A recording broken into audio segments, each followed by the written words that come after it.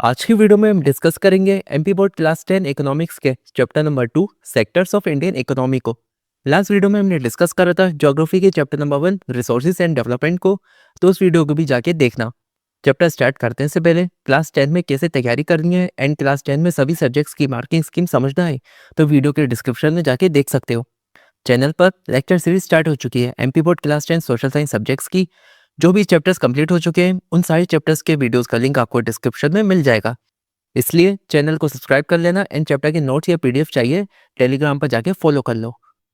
और कोई क्वेश्चन है तो कमेंट कर देना या इंस्टाग्राम पर जाके फॉलो करना और डीएम कर देना। देखिए इस चैप्टर से खाली 4 मार्क्स के क्वेश्चंस आते हैं तो फोकस हमारा एक्सरसाइज और डेफिनेशंस पर रहना चाहिए, शॉर्ट आंसर और लॉन्ग आंसर्स पर। एक्सरसाइज 1 मार्कर्स में पूछता है, डेफिनेशंस वगैरह 2 मार्कर्स में, शॉर्ट आंसर्स 3 मार्कर्स में एंड लॉन्ग आंसर 4 मार्क्स में पूछा जाता है। ठीक है, वीडियो के लास्ट में इस चैप्टर से रिलेटेड लास्ट 4 ईयर्स में जितने भी प्रीवियस ईयर क्वेश्चन पूछे जा चुके हैं और जो हमारे एग्जाम्स के लिए इंपॉर्टेंट है वो भी हम डिस्कस करेंगे। तो चलिए चैप्टर का एक्सप्लेनेशन स्टार्ट करते हैं। देखिए रोज हम हमारी लाइफ में एग्रीकल्चर हो गया, इंडस्ट्री और जो भी सर्विसेज होती हैं उन सब पर डिपेंड करते हैं हमारी लाइफ को पास करने के, हमारी लाइफ जीने के लिए। इस चैप्टर में समझाया है जो भी काम हम करते हैं, चाहे आप फार्मर हो, आप फार्मिंग करते हो, डॉक्टर हो, लोगों का इलाज करते हो, या कोई वर्कर है जो इंडस्ट्री में काम करता है या फिर किसी फैक्ट्री में, तो कौन सा शख्स या कौन किस सेक्टर में काम करता है और क्यों इम्पोर्टेंट है हर सेक्टर जहाँ पे वो काम करता है, ये हम इस चैप्टर में जानेंगे। उससे पहले आपको एक टर्म याद रखना है, फिस्कल ईयर। 1 अप्रैल से लेके 31 मार्च का जो टाइम होता है उसे हम कहते हैं फिस्कल ईयर। नॉर्मल ईयर जो होता है वो 1 जनवरी से लेकर 31 दिसंबर तक रहता है, बट जो फिस्कल ईयर होता है, जो वित्त साल होता है, वो होता है 1 अप्रैल से लेकर 31 मार्च तक। बस ये याद रखना है, ठीक है। फिस्कल ईयर 1 अप्रैल से 31 मार्च तक रहता है। उनकी इमेज आप अपनी स्क्रीन पे देख सकते हो सेक्टर्स ऑफ इंडियन इकोनॉमी की।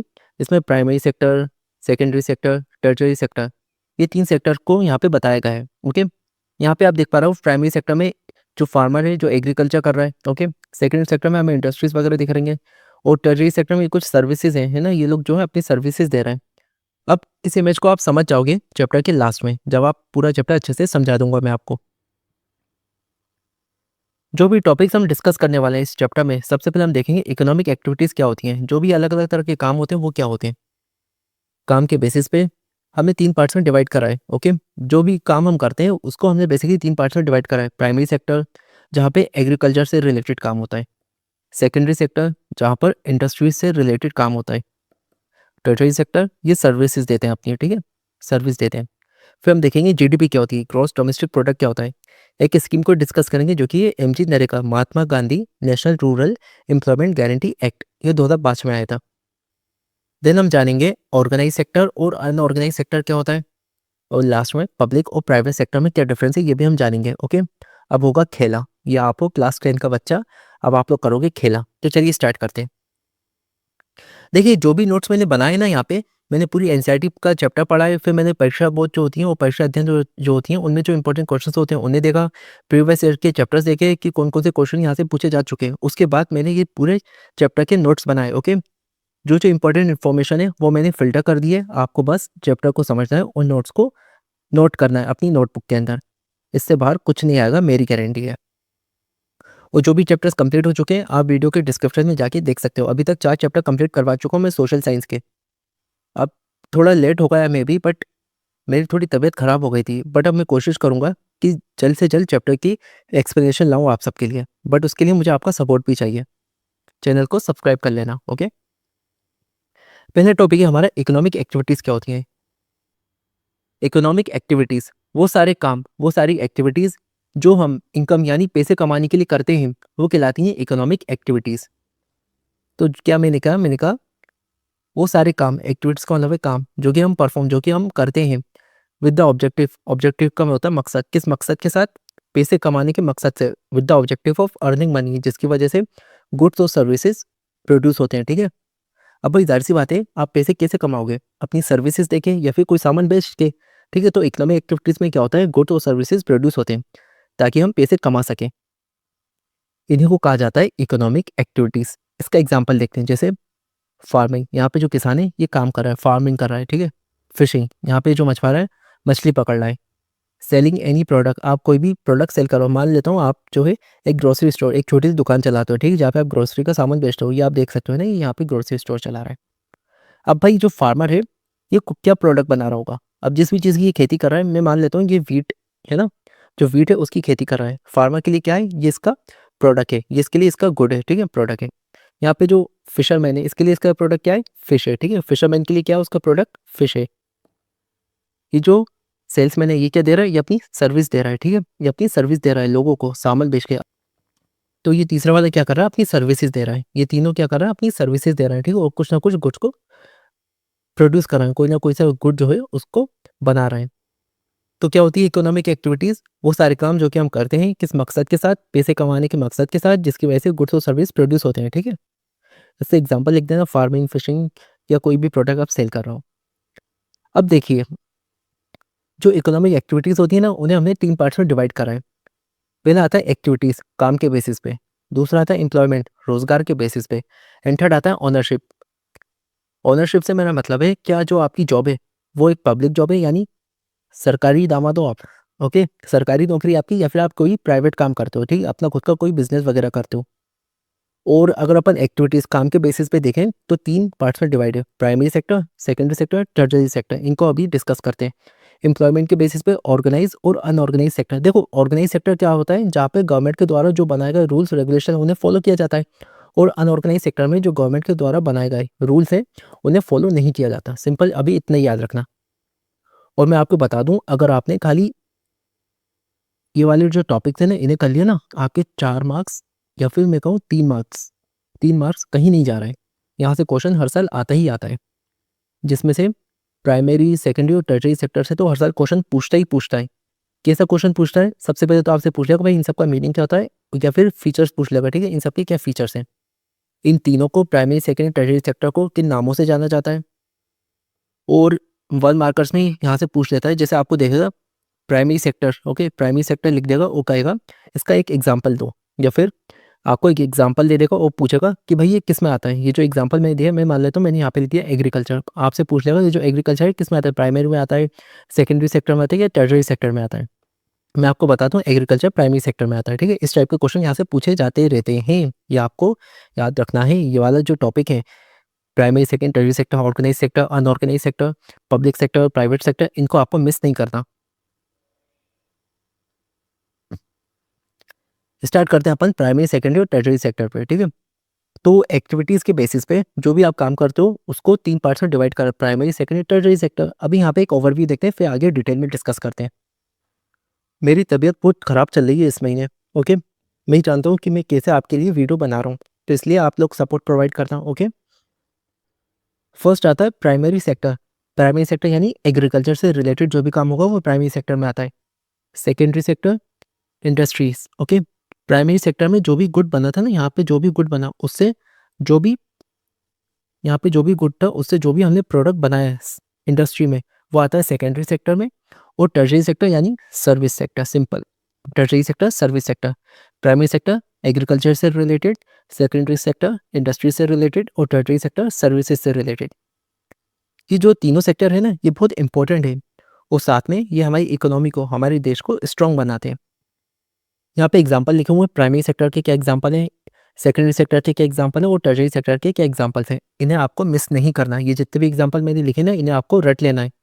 आपकी टिप्स पे पता होना चाहिए। मैं आपसे पूछूं कंस्ट्रक्शन किस सेक्टर में आता है, आपको फटाक से बताना है सेकेंडरी सेक्टर में। मैं आपसे पूछूं फिशिंग, फार्मिंग, फॉरेस्ट्री, माइनिंग, ये सब किस में आता है, आपको फटाक से बताना है प्राइमरी सेक्टर में, ठीक है। यहाँ से 1 से 2 मार्क्स आपके पक्के हो जाएंगे अगर आपने खाली प्राइमरी सेक्टर, सेकेंडरी सेक्टर और टर्शरी सेक्टर के जो एग्जाम्पल्स होते हैं उन्हें अच्छे से कर लिया। तो पहला सेक्टर है हमारा प्राइमरी सेक्टर। पहले सिंपल वर्ड्स में समझो प्राइमरी सेक्टर क्या होता है। देखो जहाँ पर जो नेचुरल रिसोर्सेज, जो प्राकृतिक संसाधन होते हैं उन्हें डायरेक्टली इस्तेमाल किया जाता है, ठीक है। डायरेक्टली इस्तेमाल किया जाता है प्रोडक्ट बनाने के लिए। जैसे फार्मिंग हो गई, फिशिंग हो गई, माइनिंग हो गई, फॉरेस्ट्री हो गई। यहाँ पे जो है रॉ मटेरियल्स, ये जो होते हैं प्राइमरी सेक्टर में क्या होते हैं, जो नेचुरल रिसोर्सेज हैं उन्हें डायरेक्टली यूटिलाइज किया जाता है, इसलिए इसको कहा जाता है प्राइमरी सेक्टर। तो मैंने कहा प्राइमरी सेक्टर यानी ये वो सेक्टर होता है जहाँ पे हम प्रोड्यूस करते हैं, ठीक है, जहाँ पे हम गुड्स बनाते हैं, प्रोडक्ट बनाते हैं, किसका यूज़ करके, नेचुरल रिसोर्सेज का यूज़ करके। जब भी हम नेचुरल रिसोर्सेज का यूज़ कर रहे हैं प्रोडक्ट बनाने के लिए, वो कहलाएगा प्राइमरी सेक्टर। जो भी एक्टिविटीज़ इसमें आ जाएंगी, ओके। इसमें ज़्यादातर एग्रीकल्चर या उससे रिलेटेड काम होता है, ठीक है। एग्रीकल्चर उससे रिलेटेड एक्टिविटीज़ होती हैं, ज़्यादातर एग्रीकल्चर ही आता है इसके अंदर, इसलिए इसको एग्रीकल्चर और रिलेटेड सेक्टर भी कहा जाता है। इसमें जो नेचुरल रिसोर्सेज होते हैं, प्राकृतिक संसाधन होते हैं, उन्हें डायरेक्टली यूटिलाइज का मतलब होता है इस्तेमाल, ठीक है। उन्हें डायरेक्टली इस्तेमाल किया जाता है। जितने भी प्रोडक्ट्स हम देखते हैं ना, उसकी जो बेस होता है, यानी जो भी हमारे पास प्रोडक्ट है, जैसे आप लैपटॉप बना रहे हो, लैपटॉप है, ठीक है, या फिर मैं कह सकता हूँ आपके घर में जो फ्लोर है, जो आटा है, उसके लिए जो भी, लैपटॉप का एग्जांपल छोड़ो, जो आपके घर में आटा है, जो फ्लोर है, उसके लिए जो बेस है, उसके लिए जो शुरुआती चीज़ होती है, वो क्या चाहिए हमें? व्हीट चाहिए, गेहूँ चाहिए। गेहूँ कहाँ से आएगा? फार्मिंग से आएगा, और फार्मिंग काहे में आती है? प्राइमरी सेक्टर में आती है, ठीक है। तो सारे प्रोडक्ट्स के लिए ये एक नींव, ये एक बेस की तरह काम करता है। इसके एग्जांपल हैं एग्रीकल्चर, जैसे अभी मैंने आपको बताया था, एग्रीकल्चर फार्मिंग आ जाएगा। Dairy, okay.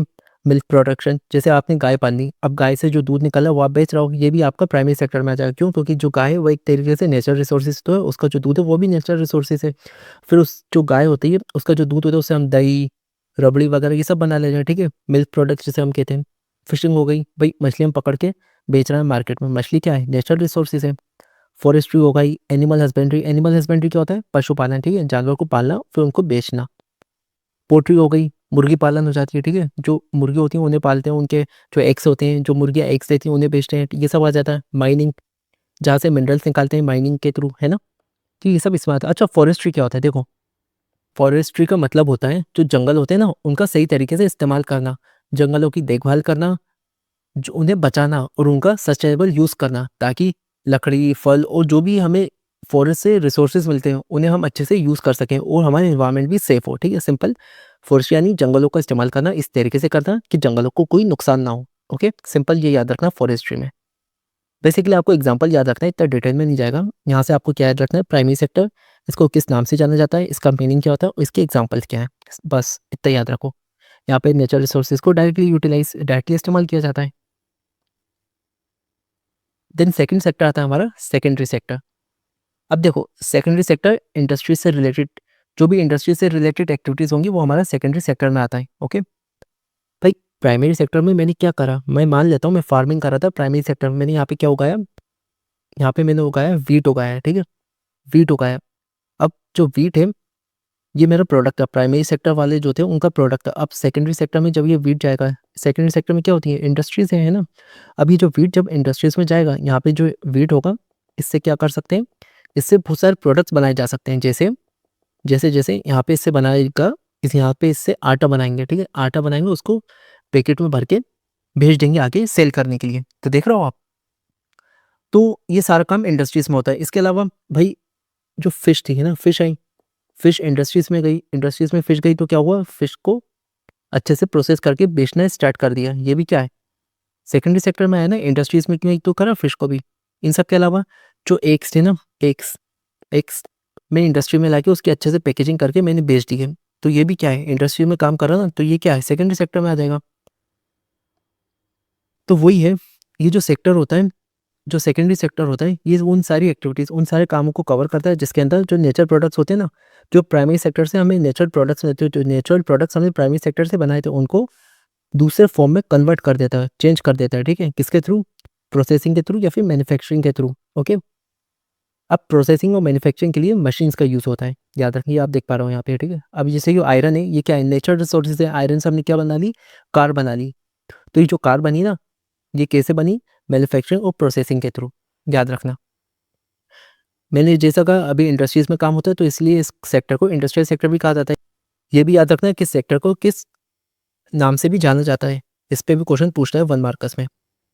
इंडस्ट्री से रिलेटेड जो इंडस्ट्रियल सेक्टर भी कहा जाता है। और इंडस्ट्री में क्या होती है? मैन्युफैक्चरिंग होती है, ठीक है। नेचुरल प्रोडक्ट जो होते हैं उनको दूसरे फॉर्म में दूसरे प्रोडक्ट बनाए जाते हैं। जो प्राइमरी सेक्टर से प्रोडक्ट आया था उससे दूसरा प्रोडक्ट बनाया जाता है सेकेंडरी सेक्टर में। अब जो मैन्युफैक्चरिंग होती है ना, वो आप घर पे भी कर सकते हो या फिर फैक्ट्रीज में। घर पे करोगे तो छोटे लेवल पे होगी, फैक्ट्रीज में करोगे तो बहुत बड़े लेवल पे होती है। एग्जाम्पल अगर हम देखें, जो कॉटन था, भाई प्राइमरी सेक्टर में मैंने कॉटन उगाया, कॉटन से मैंने क्या बनाया? सेकेंडरी सेक्टर में जब कॉटन आया, तो कॉटन से मैंने बनाया धागे, यान, यान यानी धागा होता है, ठीक है, धागे। फिर आगे जाके धागों से क्या बनाया? मैंने कपड़े बनाए। इसी तरह शुगर केन उगाया मैंने प्राइमरी सेक्टर में, ओके। मेरे प्राइमरी सेक्टर में शुगर केन उगाया, फिर जब सेकेंडरी सेक्टर में शुगर केन आया तो मैंने शुगर केन से क्या बनाया, शुगर, शक्कर बनाई, गुड़, ये सब बनाए। सॉइल थी, सॉइल क्या है, नेचुरल रिसोर्स है, ठीक है, इससे मैंने क्या बनाई, ब्रिक्स बनाई, फिर आगे चल के ब्रिक्स से हाउस और बिल्डिंग वगैरह बनाई, है ना। तो याद रखना आप, यहाँ पे और दूसरे एग्जांपल दिए हुए हैं, मैन्युफैक्चरिंग, इंडस्ट्री, कंस्ट्रक्शन, ये सब इसमें आ जाते हैं, इलेक्ट्रिसिटी, वाटर सप्लाई, ये कुछ एग्जांपल है सेकेंडरी सेक्टर के, है ना, ये आप देख सकते हो यहाँ पे। एंड थर्ड आता है हमारा टर्शरी सेक्टर। सिंपल वर्ड में समझो, जो सेक्टर सर्विस प्रोवाइड करने वाला जो सेक्टर होता है उसे हम कहते हैं टर्शरी सेक्टर। जैसे टीचर्स हो गए, मैं आपको पढ़ा रहा हूँ, ये क्या है, मैं अपनी सर्विस दे रहा हूँ। डॉक्टर इलाज करता है, डॉक्टर क्या है, एक सर्विस सेक्टर का एम्प्लॉय है, ठीक है, सर्विस सेक्टर में काम करने वाले, क्यों, क्योंकि वो अपनी सर्विस दे रहा है। बैंक्स, जो बैंक्स होते हैं वो क्या है, सर्विस दे रहा है अपनी ग्राहकों को, ठीक है, कस्टमर्स को। ट्रांसपोर्टेशन, जो भी ट्रांसपोर्ट का काम कर रहे हैं, जैसे ऑटो वगैरह चल रहा है, ठीक है, फोर व्हीलर चलेंगी, कैब, ओला, रैपिडो, ये सब कुछ ऐसी ऐप्स हैं जिससे आप राइड वगैरह बुक कर सकते हो। ये क्या है, ये अपनी सर्विस दे रहा है। शॉप्स जो चलेंगी वो क्या है, शॉप्स क्या है, सर्विस दे रही हैं अपनी कस्टमर को, ठीक है, कोई प्रोडक्ट सेल करेंगे, सर्विस दे रही हैं, ये क्या है, ये सब टर्शरी सेक्टर में आते हैं। इन सब के अलावा education, health care, trade and service, ये सब भी इसमें आ जाता है।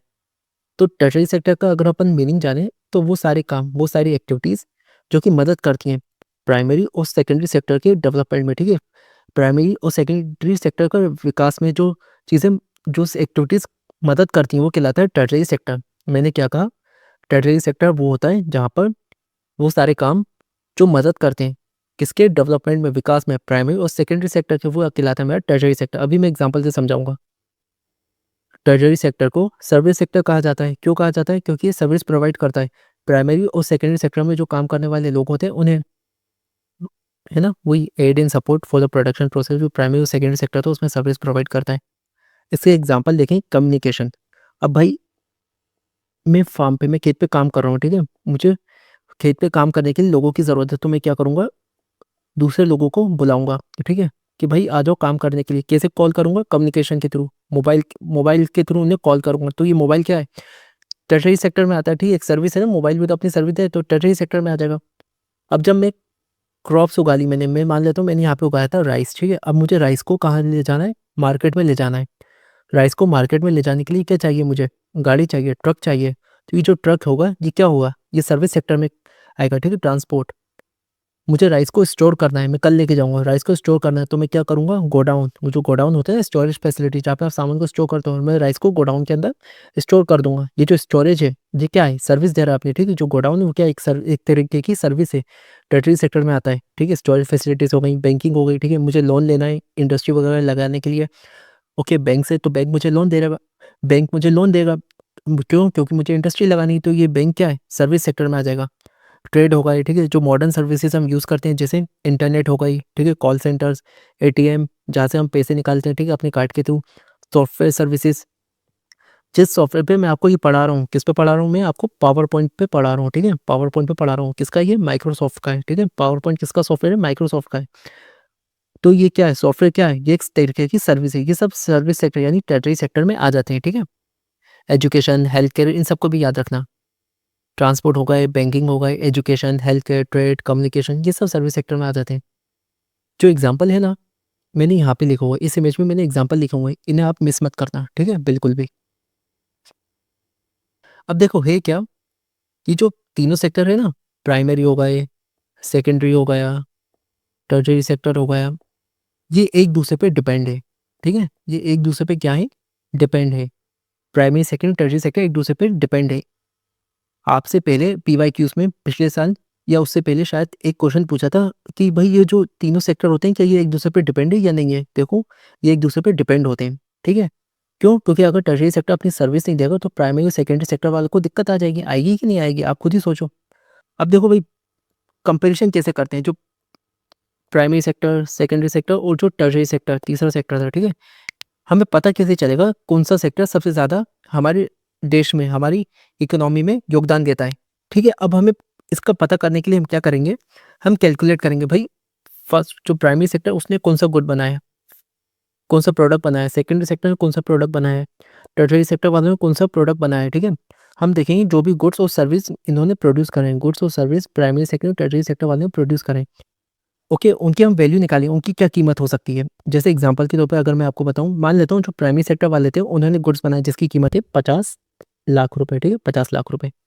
वहीं जो सेकेंडरी सेक्टर वाले थे उन्होंने जो प्रोडक्ट और सर्विसेज दी उसकी कीमत है 80 लाख रुपए, 80 लाख रुपीस। और वहीं अगर अपन बात करें जो टर्शरी सेक्टर वाले हैं, सर्विस सेक्टर वाले हैं, उन्होंने जो प्रोडक्ट्स और सर्विसेज बनाए उसकी कीमत मान लेता हूँ मैं 70 लाख रुपीस, ठीक है। इस एग्जाम्पल के हिसाब से अगर मैं चलूँ तो सबसे ज़्यादा योगदान किसने दिया? सेकेंडरी सेक्टर ने, उसके बाद सर्विस सेक्टर ने, उसके बाद प्राइमरी सेक्टर ने, ठीक है। तो ऐसे अपन निकाल सकते हैं कि भाई कौन सा सेक्टर सबसे ज़्यादा अपनी सर्विसेज दे रहा है, ठीक है, इकोनॉमी के अंदर कौन सबसे ज़्यादा योगदान दे रहा है। ये मैंने आपको खाली कंपेरिजन करने के लिए बताया था। आपको इसमें से क्या याद रखना है? प्राइमरी, सेकेंडरी, टर्शरी सेक्टर का मीनिंग याद रखना है, उनको किन नामों से जाना जाता है और उसके क्या एग्जाम्पल्स हैं। बस ये 3 पॉइंट्स आपको याद रखने हैं इन तीनों के अंदर, ठीक है।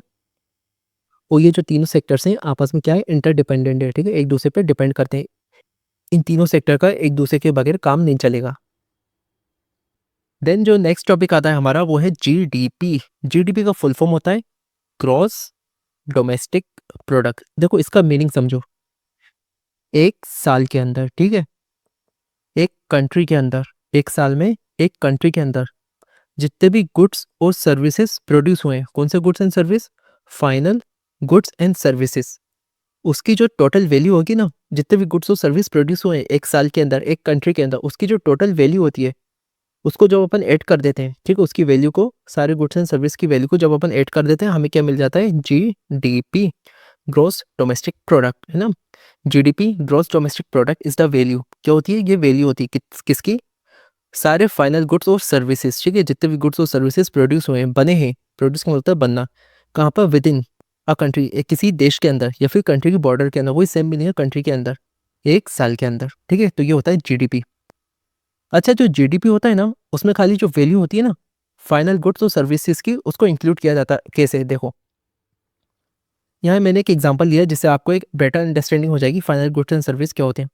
एक फार्मर था, एक फार्मर है, उसने उगाया 10 किलो वीट अपने फार्म के ऊपर, ठीक है, अपने फार्म के ऊपर 10 किलो वीट उगाया और उसने उसे 10 रुपये पर केजी के हिसाब से बेच दिया। फार्मर ने 10 किलो उगाया, 10 रुपये पर केजी के हिसाब से बेच दिया मार्केट के अंदर। इसको टी कर लेना है ना, मार्केट के अंदर।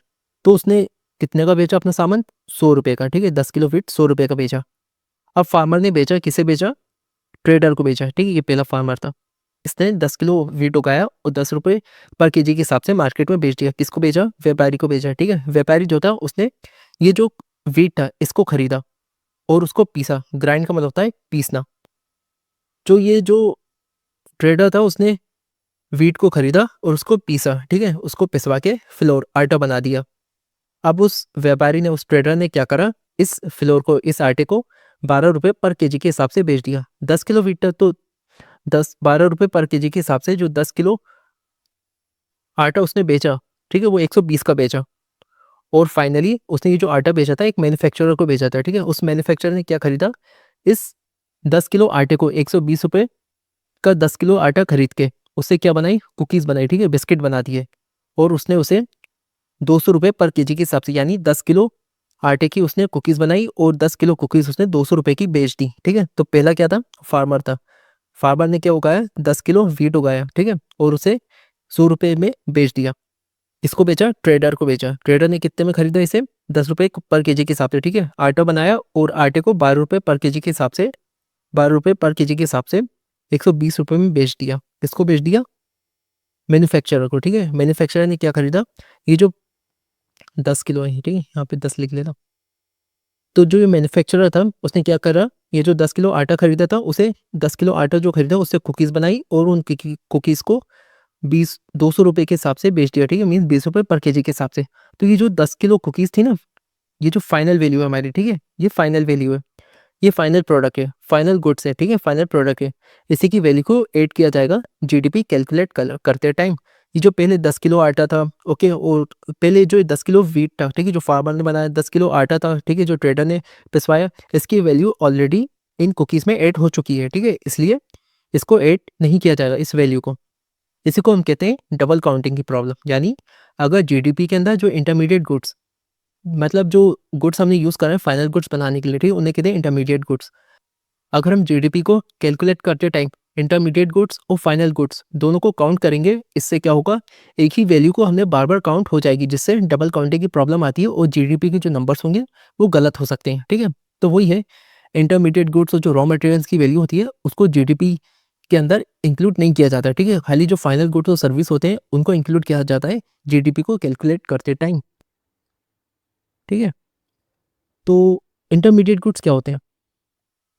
तो बात आती है इंटरमीडिएट गुड्स क्या होता है। अभी मैंने बताया भाई, वो गुड्स, इंटरमीडिएट गुड्स वो गुड्स होते हैं जो दूसरे प्रोडक्ट्स को बनाने की प्रोसेस में, दूसरे प्रोडक्ट को बनाने के काम में यूज होते हैं। ठीक है, सिंपल। इसका एग्जांपल अगर अपन देखें इंटरमीडिएट गुड्स का, तो देखो वीट है। ठीक है, वीट से क्या बनाया मैंने, वीट को पीस के फ्लोर बनाया, आटा बनाया। ठीक है, आटे से क्या बना ली मैंने, आटे से मैंने बना ली कुकीज़। ओके, आटे से मैंने बना ली, या तो कुकीज़ बना सकता हूँ। ठीक है, या क्या और क्या बना सकता हूँ, ब्रेड बना सकता हूँ। ठीक है, तो ये जो कुकीज़ और जो ब्रेड है ना, ये हमारा फाइनल प्रोडक्ट है। और जो वीट और फ्लोर है, ये हमारा इंटरमीडिएट प्रोडक्ट है। ठीक है, क्यों? क्योंकि इससे हमने एक फाइनल प्रोडक्ट बनाने के लिए यूज़ किया है। ओके, वीट और फ्लोर जो है रॉ मटेरियल की तरह भी यूज़ किए जा रहे हैं। ठीक है, तो इंटरमीडिएट गुड्स और रॉ मटेरियल्स की जो वैल्यू होती है उसको जीडीपी के अंदर इंक्लूड नहीं किया जाता। ठीक है, खाली फाइनल प्रोडक्ट्स और सर्विस की जो वैल्यू है उसको ऐड किया जाता है जीडीपी के अंदर, जब जीडीपी को हम कैलकुलेट करते हैं। अच्छा, लास्ट 4 ईयर्स में, पिछले 4 सालों में जीडीपी से कोई क्वेश्चन नहीं आया अभी, तो इसका मतलब ये नहीं, ये टॉपिक हमारे लिए इंपॉर्टेंट नहीं, जीडीपी वाला टॉपिक भी हमारे लिए इंपॉर्टेंट है। ठीक है, हो सकता है इस साल आ जाए, इतने टाइम से नहीं आया तो चांसेस है इस साल आने के। ठीक है, जीडीपी से क्या पता एक क्वेश्चन ही पूछ ले आपसे जीडीपी से। तो इसमें ये याद रखना है जीडीपी का मीनिंग क्या होता है, और जीडीपी को कैलकुलेट करते टाइम इंटरमीडिएट गुड्स और रॉ मटेरियल्स की वैल्यू को काउंट नहीं किया जाता। ठीक है, क्यों काउंट नहीं किया जाता, क्यों? क्योंकि इससे प्रॉब्लम हो जाती है डबल काउंटिंग की। ठीक है, एक ही वैल्यू को 2 बार काउंट कर लेते हैं हम। Okay, simple. अच्छा, अभी मैंने आपको बताया था कि भाई कौन से सेक्टर का ज़्यादा डोमिनेंट, कौन सा सेक्टर डोमिनेट करता है, ठीक है, किसी कंट्री के अंदर, वो अब हम देखते हैं। देखो हिस्टोरिकल चेंजेस क्या होते हैं किसी भी सेक्टर में। हिस्टोरिकल चेंजेस से हमारा मतलब होता है कि जो इकोनॉमीज होती हैं, जो कंट्रीज होती हैं, ठीक है, जो देश की अर्थव्यवस्था होती है, वो कैसे बदलती है। शुरू में एग्रीकल्चर का रोल होता है, फिर बाद में एग्रीकल्चर के बाद इंडस्ट्री का रोल आता है, और फाइनली सर्विसेज का रोल आ जाता है। ठीक है, किसी भी देश की इकोनॉमीज में जब सर्विसेज का रोल आ जाता है, ठीक है, मीन्स टर्टियरी सेक्टर जब डोमिनेट करता है किसी भी कंट्री को, तो वहाँ पे प्रोडक्शन बहुत हाई हो जाता है, एम्प्लॉयमेंट अपॉर्चुनिटीज़ बहुत बेहतर होती हैं, और जो लोगों का रहने का तरीका होता है, लिविंग स्टैंडर्ड्स होता है, वो बहुत इंप्रूव हो जाता है। इसका अगर मैं आपको एग्जांपल बताऊं, तो आपने यूरोप के अंदर देखा होगा। ठीक है, यूरोप के अंदर मैक्सिमम जो कंट्रीज़ हैं वो डेवलप कंट्रीज़ हैं। ठीक है, वो विकसित हो चुकी हैं, इसलिए वहाँ पे जो सर्विस सेक्टर है उसका सबसे ज़्यादा रोल है। अब देखो मैं आपको समझा देता हूँ, कोई सी भी जो कंट्री होती है वो डेवलप कैसे होती है। ठीक है, उसके 3 स्टेजेस होते हैं। मैं आपको इसलिए समझा रहा हूँ ताकि आपको ये वाला टॉपिक समझ में आसानी हो। पहली स्टेज होती है, ठीक है, वो होती है under develop country, under develop. ठीक है, फिर सेकंड स्टेज आती है डेवलपिंग स्टेज। ठीक है, डेवलपिंग स्टेज, डेवलपिंग कंट्री। और थर्ड स्टेज होती है डेवलप कंट्री की। ठीक है, तो पहली स्टेज होती है अंडर डेवलप की। ठीक है, जब कंट्री शुरू शुरू में बनती है, ठीक है, तो वहाँ पे इतना मतलब डेवलपमेंट नहीं होता, तो वहाँ पे क्या होता है, ज़्यादातर लोग एग्रीकल्चर पे डिपेंड होते हैं। फिर जब सेकंड स्टेज आती है डेवलपिंग की, तो वहाँ पे इंडस्ट्रीज़ वगैरह का और मैन्युफैक्चरिंग का रोल ज़्यादा होता है। और फाइनली जो डेवलप कंट्री होती है वहाँ पे टर्शरी सेक्टर का मेन रोल होता है। ठीक है, वन बाय वन तीनों को डिस्कस कर लेते हैं।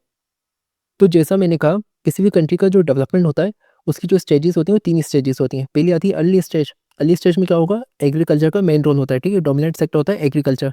अच्छा, इसके रीज़न क्या होते हैं कि भाई एग्रीकल्चर क्यों यहाँ पे इतना डोमिनेंट है। ठीक है, एग्रीकल्चर का इतना इंपॉर्टेंट रोल क्यों? सबसे पहले तो यहाँ पे जो लोग होते हैं, अभी कंट्री के अंदर स्कूल वगैरह ये सब इतने नहीं बने हैं। ठीक है, ज़्यादा इंडस्ट्रीज़ भी नहीं है, तो लोग क्या करते हैं, सब फार्मिंग पे डिपेंड करते हैं। ठीक है, फार्मिंग उससे रिलेटेड एक्टिविटीज़ के ऊपर जो भी काम वो करते हैं उसमें नेचुरल रिसोर्सेज का मेन रोल होता है। भाई फार्मिंग कर रहे हैं, फिशिंग कर रहे हैं, ठीक है, और क्या माइनिंग वगैरह की एक्टिविटीज़ कर रहे हैं, तो उसके लिए एग्रीकल्चर का मेन रोल होता है। ये फर्स्ट स्टेज, ठीक है, अर्ली स्टेज। फिर आती है मिडिल स्टेज या फिर सेकंड स्टेज। अब सेकंड स्टेज में क्या होगा, एग्रीकल्चर से हमने थोड़ा बहुत पैसा कमाना स्टार्ट कर दिया, अब हम क्या करेंगे, इंडस्ट्रीज़ वगैरह लगाना स्टार्ट कर देंगे हमारी कंट्री के अंदर। ठीक है, तो इंडस्ट्रीज़ और मैन्युफैक्चरिंग जब होने लगेगी, जो हमारा रॉ मटेरियल था, अब भाई रॉ मटेरियल तो है हमारे पास, ठीक है, लाइक वीट है, वीट से आटा बना रहे हैं हम, ठीक है, और दूसरे प्रोडक्ट बना रहे हैं इंडस्ट्रीज़ में।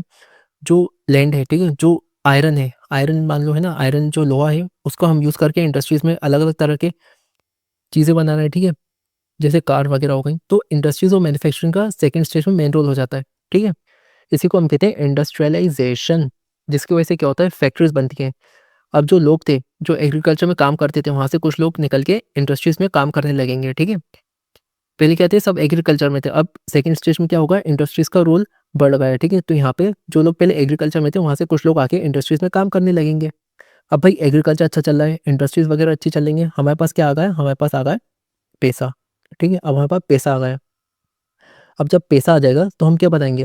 भाई हम अपने देश में एजुकेशन सुधारेंगे, हेल्थ केयर है उसको सुधारेंगे, ट्रांसपोर्टेशन इंप्रूव करेंगे, banking sector, communication sector in सबको इंप्रूव करेंगे, जिससे क्या होगा, जो फाइनल स्टेज होती है वो आ जाएगी हमारी टेररिरी सेक्टर की, जिसके अंदर थर्ड स्टेज में क्या हो जाएगा, टेररिरी सेक्टर का मेन रोल होगा, ठीक है? सर्विस सेक्टर जिसे कहते हैं।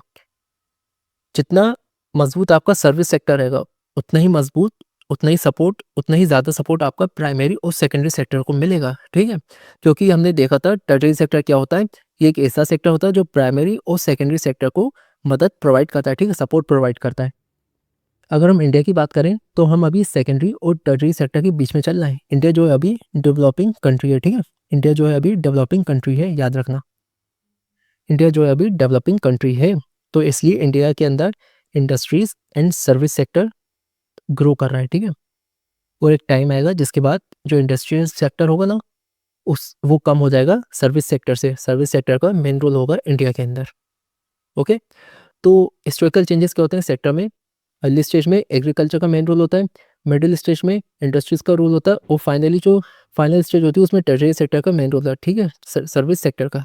इतना इंपॉर्टेंट नहीं है ये वाला टॉपिक, बस आपकी सिलेबस में दिया हुआ है, इसलिए मैंने समझा दिया। देन एक छोटा सा टॉपिक है आपका जीवीए। जीवीए क्या होता है? इसका फुल फॉर्म होता है gross value added. Okay, simple words में समझो, जीवीए का मतलब होता है किसी भी सेक्टर ने रॉ मटेरियल्स की वैल्यू से कितनी एक्स्ट्रा वैल्यू ऐड करके फाइनल प्रोडक्ट बनाया है। जैसे मैं मान लेता हूँ ये मेरे पास है वीट, ठीक है? वीट से आटा बना, ठीक है? अब इस आटे से मैंने क्या बनाया, ये आटा मैंने खरीदा 30 रुपये किलो के हिसाब से, ठीक है? और इस आटे से मैंने बनाई कुकीज़ जिसे मैंने बेचा 50 रुपये पर केजी के हिसाब से। तो ये जो 30 से 50 रुपये में कितनी वैल्यू एडिशन हुई है, ये हुई आपकी 20 रुपीज़ की। वीट से आटा बना, वीट था 20 रुपये किलो, ठीक है? अब आटा है 30 रुपये किलो, तो यहाँ पे कितनी वैल्यू एडिशन हुई है, 10 रुपये हो गया, ठीक है? तो ये जो 10 रुपये 20 रुपये है ना, यही आपकी जीवी होती है, ठीक है? ग्रोथ वैल्यू एडिड, यानी रॉ मटेरियल का यूज़ करके आपने जो फाइनल प्रोडक्ट बनाया उसमें कितनी वैल्यू एडिट हुई है, ठीक है? तो सिंपल ये याद रखना। हमने अभी देखा था भाई, किसी भी कंट्री के लिए, जो भी डेवलप कंट्री होती है या जिस भी कंट्री को डेवलप करना है उसके लिए जो टर्शरी सेक्टर होता है ना, वो बहुत इंपॉर्टेंट होता है। टीएस यहाँ पे टर्शरी सेक्टर के लिए, ठीक है? टर्शरी सेक्टर किसी भी कंट्री के डेवलपमेंट के लिए, उसको अच्छे से विकास करना है, उसके लिए टर्शरी सेक्टर बहुत इंपॉर्टेंट होता है। अब यहाँ पे हम डिस्कस करते हैं क्या रीज़न है, क्या वो कारण है जिसकी वजह से जो टर्शरी सेक्टर सर्विस सेक्टर है वो इंपॉर्टेंट है, ठीक है? ना खाली इंडिया में बट पूरे वर्ल्ड में। इसके 4 रीजन है। पहला, देखो भाई, इंडिया जैसी डेवलपिंग कंट्री के लिए जो बेसिक सर्विसेज होती हैं, लाइक एजुकेशन हो गया, ठीक है? हेल्थ केयर हो गया, बैंक्स, ट्रांसपोर्ट, ये जितनी भी सर्विसेज होती हैं ये बहुत ज़रूरी हैं, ओके, किसी भी डेवलपिंग कंट्री के लिए। और डेवलपिंग कंट्री में जो भी डेवलपिंग नेशन होता है वहाँ पे सरकार की जिम्मेदारी होती है ये सारी सर्विसेज प्रोवाइड करने की। तो पहला तो ये होगा भाई, अगर अपन को डेवलप करना है अच्छे से, उसके लिए सर्विस सेक्टर ज़रूरी है, ठीक है? सेकेंड, जो डेवलपमेंट होता है प्राइमरी और सेकेंडरी सेक्टर का, अगर प्राइमरी सेक्टर और सेकेंडरी सेक्टर अच्छे से काम करता है, उसकी वजह से हमें जो सर्विस सेक्टर है ना उसका डेवलपमेंट देखने को मिलेगा। अब भाई एग्रीकल्चर है, ठीक है? एग्रीकल्चर का सामान मुझे मार्केट में पहुंचाना, उसके लिए ट्रांसपोर्ट चाहिए। जो एग्रीकल्चर से सामान आ रहा है, ठीक है, उसको मुझे स्टोर करना, तो उसके लिए स्टोरेज फैसिलिटीज़ चाहिए। अब ये ट्रांसपोर्ट स्टोरेज फैसिलिटीज़ क्या है, टर्शरी सेक्टर का ही तो पार्ट है। तो जितना ज़्यादा प्राइमरी और सेकेंडरी सेक्टर डेवलप होगा, उतना ही ज़्यादा हमारा टर्शरी सेक्टर भी डेवलप होता है, ठीक है?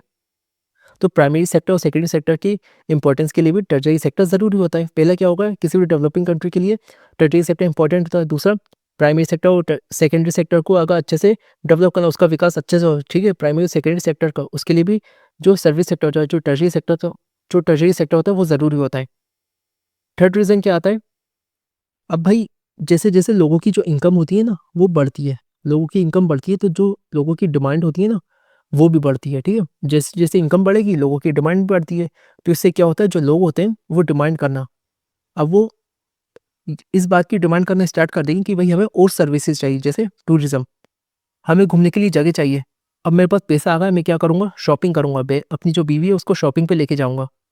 जो बच्चे हैं मेरे उनको प्राइवेट स्कूल्स में भेजूँगा। अब भाई मैं 50,000 कमाता था, अब मैं 5 लाख रुपए कमा रहा हूँ, तो मैं क्या करूँगा, घूमने जाऊँगा, शॉपिंग करूँगा। जो मेरे बच्चे हैं उनको प्राइवेट स्कूल्स में भेजूँगा। अब मुझे सरकारी हॉस्पिटल में नहीं जाना, अब मैं जाऊँगा प्राइवेट हॉस्पिटल में, ठीक है? तो इस वजह से भी जो टर्टियरी सेक्टर होता है, उसकी वैल्यू बढ़ती है। भाई टूरिज़्म, शॉपिंग, प्राइवेट स्कूल्स हो गए, प्राइवेट हॉस्पिटल्स हो गए, ये क्या है? स्कूल क्या है? एजुकेशन, हॉस्पिटल क्या है? हेल्थ केयर, टूरिज़्म क्या है? पर्यटक, ठीक है? वहाँ पे भी लोग अपनी सर्विस देते हैं। जो टूरिस्ट गाइड होते हैं, शॉपिंग क्या है? लोग अपनी सर्विस दे रहे हैं, ठीक है? सामान सेल कर रहे हैं यहाँ पे। तो ये सब क्या है? ये सब टर्टियरी सेक्टर का ही पार्ट है। तो तीसरा रीज़न क्या होगा? जैसे-जैसे लोगों की इनकम बढ़ती है, लोगों की डिमांड बढ़ती है, जिसकी वजह से टर्टियरी सेक्टर की जो वैल्यू है वो भी बढ़ती है। देन आता है fourth reason and last reason. देखो, डेकेड का मतलब होता है 10 साल का समय, ठीक है? तो जो पास्ट डेकेड है, जो बीते हुए 10 साल है ना, उसमें क्या हुआ है, इन्फॉर्मेशन टेक्नोलॉजी का जो सेक्टर है उसने बहुत तेज़ी से ग्रो करा है, जिसकी वजह से हमें टर्टियरी सेक्टर भी ग्रो करता हुआ दिखा है इंडिया के अंदर। अच्छा, इन्फॉर्मेशन टेक्नोलॉजी का मतलब होता है कंप्यूटर्स, इंटरनेट और सॉफ्टवेयर की मदद से इन्फॉर्मेशन को कलेक्ट करना, स्टोर करना और प्रोसेस करना, ठीक है? शेयर करना लोगों के साथ। अब भाई आधार कार्ड क्या है? आधार कार्ड में हमने लोगों का डेटा कलेक्ट करा है ना, आधार कार्ड के अंदर लोगों का डेटा कलेक्ट होता है। वो जो वोटर आईडी बनती है, उसमें भी लोगों का डेटा कलेक्ट करते हैं, ठीक है? कैसे करते हैं? इन्फॉर्मेशन टेक्नोलॉजी का यूज़ करके, ओके? तो आईटी सेक्टर की वजह से भी जो टर्टियरी सेक्टर है, उसकी वैल्यू बढ़ी है। आईटी सेक्टर भी क्या है? अपनी सर्विस देता है ना लोगों को। ओके, ये तो हमने देख लिया टर्टियरी सेक्टर क्यों ज़रूरी है। अच्छा, एक और टर्म यूज़ हुआ है, एक वर्ड यूज़ हुआ है आपकी एनसीईआरटी में, जिसका नाम है डिसगाइज्ड अनएम्प्लॉयमेंट। इसका मतलब क्या होता है? देखो, एक जगह है, मैं मान लेता हूँ ये फार्म है, ठीक है? इस फार्म पे काम करने के लिए कितने लोगों की ज़रूरत है? 2 लोगों की ज़रूरत है, ठीक है? बट इस फार्म पे काम कितने लोग कर रहे हैं? 4 लोग कर रहे हैं, ठीक है? तो भाई ज़रूरत है मुझे 2 लोगों की, लेकिन काम कितने कर रहे हैं? 4 लोग कर रहे हैं। तो डिसगाइज्ड अनएम्प्लॉयमेंट यही होता है, जितने लोगों की ज़रूरत है उससे ज़्यादा लोग काम कर रहे हैं किसी जगह के ऊपर, ठीक है? उनमें से अगर अपन जो एक्स्ट्रा लोग हैं उन्हें हटा भी देंगे, उससे हमारे प्रोडक्शन के ऊपर, हमारे काम के ऊपर कोई फ़र्क नहीं पड़ेगा, ओके? यहाँ पे 2 लोगों की ज़रूरत है, लेकिन कितने लोग काम कर रहे हैं? 4 लोग कर रहे हैं। तो डिसगाइज्ड अनएम्प्लॉयमेंट यही होता है, जितने लोगों की ज़रूरत है किसी जगह काम करने के लिए, वहाँ पे ज़रूरत से ज़्यादा लोग काम कर रहे हैं, ओके? हमने देख लिया डिसगाइज्ड अनएम्प्लॉयमेंट क्या होता है। अब हम देखते हैं कितने लोग, कौन से लोग किस सेक्टर में सबसे ज़्यादा एम्प्लॉयड हैं। हमने यहाँ पे 2 डाटा लिया है, एक है 1977 से लेके 78 का और दूसरा है 2017 से लेके 2018 का, ठीक है? इन दोनों के बीच में लगभग 40 साल का समय है, ओके? 1977 में क्या था? ये है आपका प्राइमरी सेक्टर, ठीक है? ये ऊपर वाला है सेकेंडरी सेक्टर और ये थर्ड वाला है टर्टियरी सेक्टर, ओके? याद रखना, प्राइमरी सेक्टर है, ठीक है? 1977 में क्या था? मैं मान लेता हूँ ये टोटल 100 लोग काम कर रहे हैं, ठीक है? अगर 100 लोग काम कर रहे हैं, उसमें से 71 लोग प्राइमरी सेक्टर में काम करते थे, 11 लोग सेकेंडरी सेक्टर यानी इंडस्ट्रीज़ में काम करते थे और टर्शियरी सेक्टर सर्विस सेक्टर में 18 लोग काम करते थे, ठीक है? ये 40 साल पहले का डाटा है। फिर 2017-18 में क्या हुआ? यानी 40 साल बाद तक क्या हुआ? अभी 2026 चल रहा है, ये डाटा थोड़ा ऊपर-नीचे हो जाएगा, ठीक है? लेकिन आपकी बुक में ये वाला डाटा दिया था, इसलिए मैंने इसको यूज़ करा। अब 2017-18 में क्या हुआ है? एक 100 लोग काम कर रहे हैं, ठीक है? जिसमें से एग्रीकल्चर में कितने लोग काम कर रहे हैं? 44 लोग। इंडस्ट्रीज़ में सेकेंडरी सेक्टर में 25 लोग, ठीक है? और सर्विस सेक्टर में 31 लोग, ठीक है? मीन 31%, ये परसेंट में, ठीक है? तो देखा आपने यहाँ पे सेकेंडरी सेक्टर और टर्शियरी सेक्टर का जो एम्प्लॉयमेंट का परसेंटेज है वो बढ़ा है। हालाँकि अभी भी जो एग्रीकल्चर सेक्टर है ना उसका ज़्यादा परसेंटेज है, लेकिन ये जो एग्रीकल्चर सेक्टर है ये टाइम के साथ कम होता जाएगा और सर्विस सेक्टर और इंडस्ट्रियल सेक्टर है वो बढ़ता जाएगा, ठीक है? तो हमने ये तो देख लिया कि भाई किस सेक्टर में कितना परसेंटेज है एम्प्लॉयमेंट का, ठीक है? कौन सा सेक्टर सबसे ज़्यादा रोजगार देता है, ठीक है? शुरू में एग्रीकल्चर होता है, फिर बाद में क्या होता है, इंडस्ट्री और सर्विस सेक्टर में जो एम्प्लॉयमेंट का परसेंटेज होता है वो बढ़ता जाता है। अब हम देखते हैं भाई एम्प्लॉयमेंट को क्रिएट कैसे करते हैं, ठीक है? कैसे हम रोजगार पैदा करते हैं। तो इसके अलग अलग मेथड्स हैं। अभी आपसे एक क्वेश्चन पूछा जा चुका है पिछले 4 ईयर्स में कि भाई जो अर्बन एरियाज होते हैं ना, अर्बन यानी जो शहर के एरियाज होते हैं, वहाँ पे आप कैसे एम्प्लॉयमेंट को क्रिएट कर सकते हो, ठीक है? हो सकता है इस साल आपसे पूछ ले कि भाई रूरल एरियाज, गाँव के इलाकों में आप कैसे रोजगार बना सकते हो, ठीक है? तो इसको मिस नहीं करना है। तो ये वाला टॉपिक भी इंपॉर्टेंट हो जाता है हमारे लिए, क्यों? क्योंकि यहाँ से क्वेश्चन आ चुका है। तो हम कुछ मेथड्स, कुछ तरीके देखते हैं जिससे हम रोजगार बना सकते हैं, ठीक है? उन मेथड्स का ऑब्जेक्टिव मकसद क्या होता है, उससे क्या फ़ायदा होता है, ठीक है? ये 3 पॉइंट्स हम डिस्कस करेंगे। कम से कम 4 पॉइंट्स आपको यहाँ से याद होना चाहिए, ठीक है? सबसे पहले तो पहला मेथड है इंक्रीज़ जॉब्स इन एग्रीकल्चर। जो प्राइमरी सेक्टर होता है, एग्रीकल्चर सेक्टर होता है, वहाँ पे नौकरियाँ बढ़ाना। यहाँ पे मकसद क्या होता है? वेल्स, ट्यूबवेल्स और जो कैनाल्स होती हैं, उनको एक्सपेंड करना, उनको कंस्ट्रक्ट करना, उन्हें बनाना, ताकि जो फार्मर जो फार्मर खेती करता हो, ठीक है, उसके पास ज़्यादा से ज़्यादा पानी हो अपने खेतों की सिंचाई के लिए। इसके अलावा हम फार्मर्स को लोन दे सकते हैं, जिससे क्या होगा, फार्मर के पास पैसा आएगा। अब फार्मर के पास पैसा आया, पहले वो क्या करता था, 50 किलो फसल उगाता था। अब पैसा आने के बाद उसने क्या करा, 100 किलो फसल उगाई। अब उसने जब 100 किलो फसल उगाई तो उससे क्या हुआ भाई, उससे फ़ायदा क्या हुआ, उसने अलग अलग तरह की क्रॉप्स उगानी है, ठीक है, 2-3 तरह की क्रॉप्स उगा ली, जिससे क्या फ़ायदा हुआ, सेम ज़मीन के ऊपर जो 50 किलो फसल उगाता था, अब उसने 100 किलो उगा ली, उससे क्या हुआ, अपॉर्चुनिटीज़ बढ़ी, ठीक है, लोगों को और रोज़गार मिला। अब भाई वो अकेले तो कर नहीं पाएगा, पहले वो 10 लोग लगाता था, अब उसने क्या करा, 20 लोग लगाए, जिससे क्या हुआ, एम्प्लॉयमेंट बढ़ा, ठीक है, गाँव के अंदर। ये हो गया। दूसरा तरीका, ट्रांसपोर्ट और स्टोरेज फैसिलिटीज़ जो होती हैं उनको इम्प्रूव करना, ठीक है, रूरल एरियाज़ में। रूरल एरियाज़ में हम क्या करेंगे, रोड्स बनवाएँगे, ठीक है, स्टोरेज फैसिलिटीज़, जो वेयरहाउसेज़ होते हैं, सामान रखने की जो जगह होती हैं, वो बनवाएँगे, जिससे क्या होगा, एम्प्लॉयमेंट बढ़ेगा, ठीक है। जो एग्रीकल्चर प्रोडक्ट्स होते हैं ना, उसको मैं आसानी से बेच सकूँगा, आसानी से स्टोर कर सकूँगा। अब भाई मुझे मेरे खेत से मार्केट तक या फिर वेयरहाउस तक सामान पहुँचाना है, उसके लिए क्या चाहिए, ट्रांसपोर्ट की व्यवस्था होनी चाहिए ना, ट्रांसपोर्टेशन होना चाहिए, ट्रक वगैरह होना चाहिए ले जाने के लिए। तो जब रोड्स अच्छे होंगे, स्टोरेज फैसिलिटीज़ होंगी, इससे क्या होगा, रोज़गार बढ़ेगा, ठीक है, गाँव के इलाकों में, ठीक है। ट्रांसपोर्ट अच्छे होंगे, ट्रेड बढ़ेगा, मार्केट भी इम्प्रूव होगा गाँव के एरियाज़ में। तीसरा तरीका क्या है, जो गाँव के अंदर रूरल इंडस्ट्रीज़ होती हैं, वो हम लगा सकते हैं, ठीक है। रूरल इंडस्ट्रीज़ से हमारा क्या मतलब है, छोटी-छोटी इंडस्ट्रीज़ लगा सकते हैं, ठीक है। जैसे दाल मिल्स लगानी, है ना? फूड प्रोसेसिंग यूनिट्स लगा सकते हैं, हनी प्रोडक्शन सेंटर्स लगा सकते हैं, डेयरी फार्म्स, फिशरीज़, ये सब हम लगा सकते हैं। इससे क्या होगा, अब भाई मैंने गाँव के अंदर इंडस्ट्रीज़ लगाएँगे, ओके? अब उस इंडस्ट्री में जो काम करने वाले लोग होंगे, जिस गाँव के अंदर मैंने ये लगाई है, वही तो होंगे, जिससे क्या होगा, लोकल एम्प्लॉयमेंट बढ़ेगा। और जो लोग माइग्रेट करते हैं, यानी अपना गाँव छोड़ के शहरों में जाते हैं काम की तलाश में, ठीक है? वो कम होगा इससे। तो ये 3 मेथड्स होगा, ठीक है? तीनों जो है रूरल एरियाज़ के लिए है। फोर्थ हम देखते हैं, ह चौथा तरीका क्या है? जो एजुकेशन और हेल्थ फैसिलिटीज़ हैं, वो हम बढ़ा सकते हैं, ठीक है? इसके लिए हम क्या करेंगे? ज़्यादा से ज़्यादा स्कूल्स बनाएँगे, हेल्थ केयर सेंटर्स बनाएँगे। अब हमने स्कूल्स बनाए और अलग-अलग हॉस्पिटल और हेल्थ केयर सेंटर्स बनाए, उसके लिए क्या चाहिए होंगे? स्कूल के लिए क्या चाहिए होंगे हमें? टीचर्स चाहिए होंगे। हॉस्पिटल्स के लिए डॉक्टर और जो नर्सिंग स्टाफ होता है, वो चाहिए होगा, ठीक है? तो इससे क्या होगा?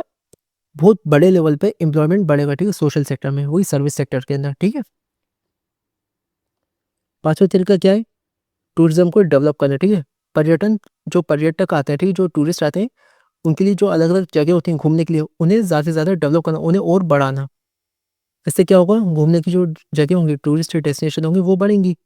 अब टूरिज़्म बढ़ेगा तो उससे रिलेटेड जो दूसरी फैसिलिटीज़ होती हैं, वो भी बढ़ेंगी। अब भाई कोई ताजमहल देखने आ रहा है, ठीक है? कोई ताजमहल देखने आ रहा है, कोई बाहर से ताजमहल देखने आ रहा है, तो वहाँ पे 1 या 2 दिन तो कम से कम रुकेगा वो। कहाँ रुकेगा? होटल में रुकेगा, ठीक है? होटल में रुकेगा।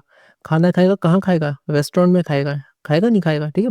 तो जिस भी जगह ताजमहल है या दूसरी टूरिस्ट डेस्टिनेशन है, जब वहाँ पे कोई घूमने जाता है, तो वो खाली उस जगह को घूमने नहीं जाता। वहाँ पे जो दूसरी चीज़ें हैं, उनका भी यूज़ करता है, ठीक है? तो वही है टूरिस्ट और उससे रिलेटेड फैसिलिटीज़। भाई मैं घूमने गया, मैं वहाँ पे रुकूँगा, मैं वहाँ पे खाऊँगा, मैं वहाँ पे खर्चा करूँगा। इससे क्या होगा? वहाँ पे कई जॉब्स डेवलप होंगी, ठीक है? तो टूरिज़्म भी कई हज़ारों जॉब्स बनाता है हर साल। And last, MNREGA. मनरेगा जो है ये एक स्कीम है, ठीक है? अभी मैं आगे समझाता हूँ इससे क्या होता है। अभी बस ये याद रख लो, जो मनरेगा होता है, ये भी एम्प्लॉयमेंट अपॉर्चुनिटीज़ देता है, ठीक है? गाँव के इलाकों में। तो ये कुछ तरीके हैं जिससे आप एम्प्लॉयमेंट बढ़ा सकते हो, ठीक है? तो अभी हमने देखा था मनरेगा जो होता है वो भी एम्प्लॉयमेंट को बढ़ाता है। अब मनरेगा है क्या? सबसे पहले तो ये एक स्कीम है, ठीक है? जिसे सरकार ने इम्प्लीमेंट करा है, ठीक है? भारत सरकार ने इम्प्लीमेंट करा है। इसका फुल फॉर्म है Mahatma Gandhi national rural employment guarantee act. ये 2005 में लागू किया गया था, ठीक है? याद रखना। मनरेगा, इसको इंपॉर्टेंट मार्क करना। यहाँ से भी कई बार क्वेश्चन पूछा जा चुका है, ठीक है? जैसे 2026 में आपसे पूछा था 3 मार्कर्स के अंदर कि भाई इसके ऑब्जेक्टिव बताओ, मनरेगा जो स्कीम है उसका मकसद क्या है? तो जो मनरेगा स्कीम है, इसको इंडिया के 625 डिस्ट्रिक्ट का मतलब होता है जिला, इंडिया के 625 जिलों के अंदर इम्प्लीमेंट किया गया था। इसके अंदर क्या होता है, आपको 100 दिन का रोजगार दिया जाता है, ठीक है? कहाँ पर? रूरल एरियाज, गाँव के इलाकों में 1 साल के अंदर, यानी 1 ईयर के अंदर आपको 100 दिन का काम दिया जाता है, ठीक है? रूरल एरियाज में, ठीक है? गाँव के इलाकों में, ये देख पा रहा हूँ आप, है ना? अगर मान लेता हूँ, भाई मैं गया काम के लिए, ठीक है? मनरेगा स्कीम का लाभ उठाने के लिए गया और मैंने कहा भाई मुझे 100 दिन का रोज़गार दो, ठीक है? मैं इस गाँव में हूँ, मुझे 100 दिन का रोज़गार दो। अगर सरकार नहीं दे पाती, आपको 100 डेज़ का जो काम है, जो स्कीम में कहा गया है, भई आपको 100 दिन का रोज़गार दिया जाएगा। अगर सरकार नहीं दे पाती, तो सरकार क्या देगी आपको? अनएम्प्लॉयमेंट अलाउंस, बेरोज़गार भत्ता देगी। यानी 100 दिन में आपको जितना काम कर सकते थे, जितना काम करके आप पैसा कमा सकते हैं। मैं मान लेता हूँ 100 दिन में मैं कमा सकता था, कितने? ₹500 पर डे के हिसाब से, ठीक है? ₹500 पर डे के हिसाब से मैं 100 दिन में कमा सकता था, कितने? ₹50,000, ठीक है? 100 दिन में कमा सकता ₹50,000, ठीक है? लगभग ₹50,000, ठीक? तो सरकार आपको क्या देगी? अनएम्प्लॉयमेंट अलाउंस देगी। वो आपको काम तो दे नहीं पाई, तो वो क्या करेगी? आपको पैसे दे देगी, ठीक है? बेरोज़गार भत्ता दे देगी। अच्छा, इसका ऑब्जेक्टिव क्या होता है? राइट टू वर्क को इम्प्लीमेंट करना, ठीक है? जो काम करने का अधिकार होता है, उसका इम्प्लीमेंट करना। इसके अलावा जो एम्प्लॉयमेंट होता है ना, रोज़गार जो होता है, उसको बढ़ाना रूरल एरियाज़ में, ठीक है? रूरल एरियाज़ में रोज़गार को बढ़ाना। जो रूरल एरियाज़ होते हैं, वहाँ पे डेवलपमेंट करना, वहाँ पे विकास करना। अब भाई मैं गाँव के अंदर सड़क बनवा रहा हूँ, ठीक है? सड़क बनवा रहा हूँ, तो मैंने क्या करा? लोगों को यहाँ पे 100 दिन का रोज़गार दे दिया, ठीक है? सड़क बनाने के लिए, ठीक है? यहाँ पे सब लोग काम कर रहे हैं, ठीक है? जैसे ये सड़क है या कुछ और बना रहे हैं, यहाँ पे काम कर रहे हैं, तो इससे क्या होगा? गाँव के अंदर सड़क बनेगी तो गाँव का विकास ही तो होगा, है ना? गाँव के अंदर ट्यूबवेल्स बनवा रहे हैं, कैनाल्स बनवा रहे हैं, ठीक है? तो इससे क्या होगा? गाँव का विकास ही होगा और स्कीम का भी बेनिफिट दे दिया जाएगा और लोगों को रोज़गार भी मिल जाएगा और लोगों का जो गाँव है, उसमें भी विकास होगा, ठीक है? तो ये मनरेगा स्कीम होती है। देन जो नेक्स्ट टॉपिक आता है हमारा organise sector and unorganise sector, इसको भी आईएमपी मार्क करना। यहाँ से भी कई बार क्वेश्चन पूछे जा चुके हैं, ठीक है? अच्छा, यहाँ पे मैंने कुछ एग्जांपल लिखे हैं ऑर्गेनाइज सेक्टर में जो लोग काम करते हैं और जो अनऑर्गेनाइज सेक्टर में काम करते हैं। यहाँ देख पा रहे हो आप, ये आईटी कंपनी में काम करता है, ये बैंक में काम कर रही हैं, ये स्कूल टीचर है, ये डॉक्टर है, ये फैक्ट्री में वर्कर है, ठीक है? मतलब अच्छी लेवल पे काम कर, फैक्ट्री का मैनेजर कह सकते हैं हम इसे। ये सरकारी दामाद है, ठीक है? गवर्नमेंट ऑफिसर है। अनऑर्गेनाइज सेक्टर में ये अपना ठेला लगा के बैठे हैं, कंस्ट्रक्शन का काम कर रहे हैं, ठीक है? कोई दिहाड़ी कर रहा है, मजदूरी कर रहा है। ये घर में काम करने वाली बाई है, ये रिक्शा खींच रहे हैं, ठीक है? वो जो हाथ गाड़ी होती है, ठीक है? Rickshaw puller. इन्होंने अपना खुद का किराना स्टोर खोल के रखा है छोटा सा, ठीक है? ये खेत पे काम कर रहे हैं। तो देख पा रहे हो आप यहाँ पे कुछ आपको डिफरेंस दिख रहा है कि यहाँ पे कुछ एक सिस्टम फॉलो किया जा रहा है। यहाँ पे कोई सिस्टम फॉलो नहीं किया जा रहा काम करने की, लोग जैसे काम करना चाहें कर सकते हैं, ठीक है? तो अब देखते हैं दोनों में क्या डिफरेंस होता है। तो यहाँ पे हमने डिफरेंस देखते हैं, ठीक है? ऑर्गेनाइज सेक्टर और अनऑर्गेनाइज सेक्टर। पहले हम मीनिंग देख लेते हैं भाई, दोनों का मीनिंग क्या होता है। देखो, जो मैं बोल रहा हूँ उसको आप लिख लेना, ठीक है?